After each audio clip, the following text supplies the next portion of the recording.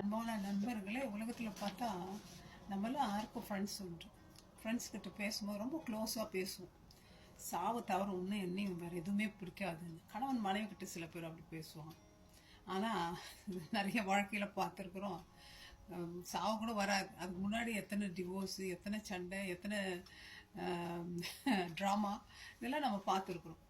ஏன் சொல்கிறேன்னா, வேதத்தில் கூட ஆண்டவருடைய சீஷர்களில் பீட்டரை பற்றி நமக்கு எல்லாருக்கும் தெரியும்.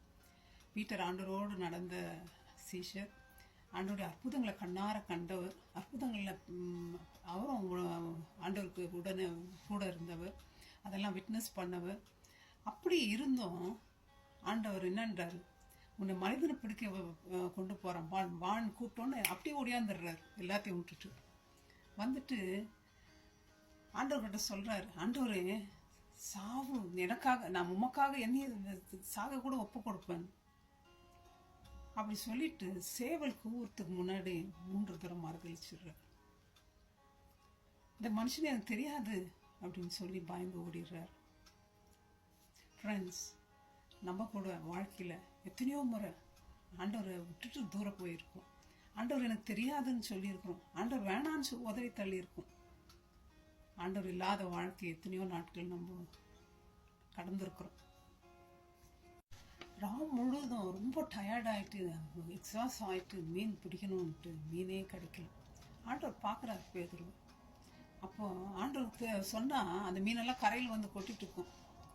ஆனால் அந்த மீனெல்லாம் அந்த நெட்டுக்குள்ளே போகும்படி ஆண்டவர் கட்டளைப்படாது, போடுப்பா இந்த பக்கம் போடுப்பா. அப்போ கூட ஹாஃப் இருதயத்தோடு தான் பீட்டர், ஆண்டவரே உமது வார்த்தையின்படி போடுறான் ஆண்டவர், இந்த முறையும் நமக்கு சக்ஸஸ் கிடைக்காது அப்படின்னு நினச்சிப்பாரா இருக்கும். வலை கிழியத்தக்க மீன்கள் அற்புதங்களை பார்க்குறார். ஆண்டவர் மரித்து பிறகு பீட்டர் திருப்பியும் ஃபிஷிங் போயிடுறார்.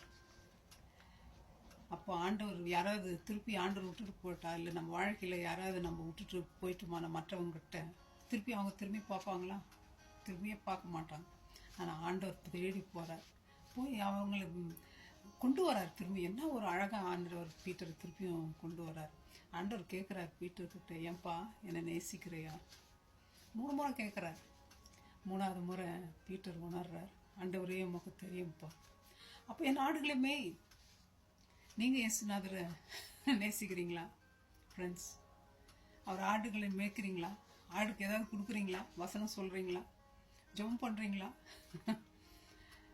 மீனே பொறிச்சு சாப்பிட்றதுக்கு நேரம் இல்லை ஆண்டவர், எங்கேருந்து நான் போய் மனுஷனை பிடி பண்ணுறீங்களா? ஃப்ரெண்ட்ஸ், வாங்க, நம்மலாம் இந்த உலகத்துக்குரியவர்களாக இல்லை, பரலோக ராஜ்யத்துக்கு நம்ம போகணும். அதனால் மீனை பிடிச்சி சாப்பிட்டே இருக்க காலம் போக்கக்கூடாது.